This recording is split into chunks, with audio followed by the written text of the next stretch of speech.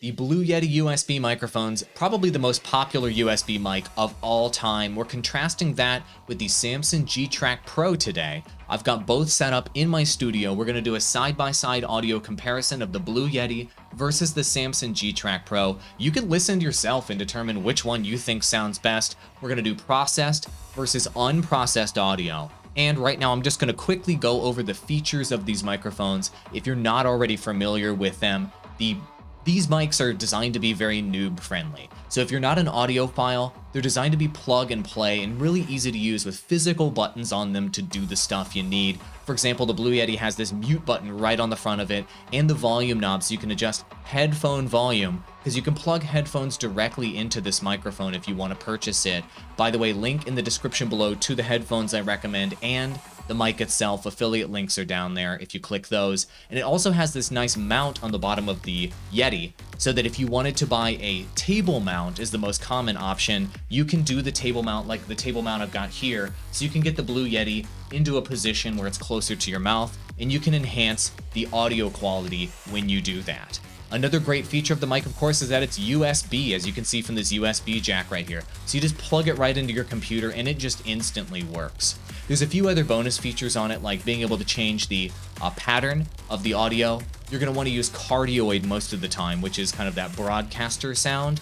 And the rest of the modes you probably won't ever use. I've used Omni before in a meeting room. I turned it to Omni so you could hear everyone around the round table. They were audible, but it wasn't fantastic because it picked up so much room noise. Another great feature of the Yeti is that on the back of the microphone, there's a gain knob you can turn up and down with a physical knob on it, so it's really nice to control that volume directly with the microphone itself. So how does the Samson G Track Pro compare in terms of features? And I would say it's nearly identical. The only difference with the Samson G Track Pro is that it is much heavier duty, and it doesn't have the universal mount in the bottom that goes with most stands. So it's going to be more difficult to get a nice mount for this microphone. So most people out there that have the Samson G Track Pro will want to just use the base stand that comes with it because it weighs so much. You could double this thing as a deadly weapon. It's insane how much it weighs. It's got all of the pattern options that the Blue Yeti USB mic has. It has mono and 2-track, which is unique. Why would you want that? Because this mic actually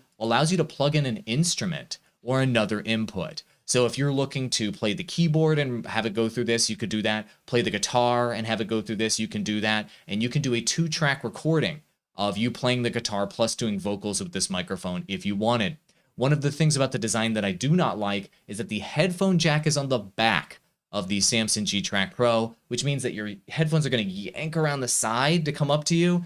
The Yeti's headphone design is better with the jack being on the bottom so that the headphones go down below you if you're using the stand. It's a better design in my opinion. But overall, the Samson G Track Pro is a nearly identical microphone design because it copied the Blue Yeti USB mic and pretty much copied its design and just added the instrument input. And as you can see, it's got the nice volume knob on the front for your headphones, volume for your mic, and volume for that instrument input, as well as a mute button. Cool? Those are the basic features. These are very basic microphones that have really plug and play and really intuitive design. Now, let's go ahead and listen to each of the microphones in real time. I'm going to turn off my broadcaster mic, and we're going to go through one by one, starting with the Blue Yeti, unfiltered, so you can hear what it sounds like yourself. This is the Blue Yeti USB mic without any filters on. So I've got a fan going on over here. I've got a fan over here on this computer, and you'll probably hear a little bit of room noise. Now, as you guys know, here in my space, I have acoustic treatment, so keep that in mind. I've got a carpet and acoustic treatment in this room, so any room noise you hear, any echo you hear, is with acoustic treatment in the room. Just keep that in mind as you're listening to the Blue Yeti USB mic. Now we're going to switch over to the Samson G Track Pro. This is the Samson G Track Pro. I'm about 1 foot away from the mic. There's a link in the description below to both of these microphones and the accessories I've been talking about. Affiliate link below. This is the Samson G Track Pro. This is the Blue Yeti USB microphone. Check 1, 2, 3. This is the Blue Yeti. I've recorded about 500 videos with it. I love this microphone. I recommended it to a lot of clients over the years. They've been pretty reliable along the way. I've literally dropped mine down the stairs and it still works.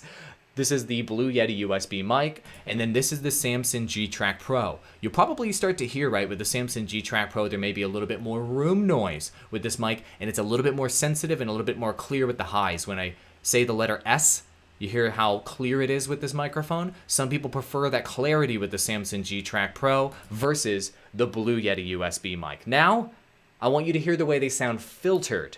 So I've got some filters set up here in OBS, and I'm going to turn on a basic noise suppression, compressor, and limiter with this microphone.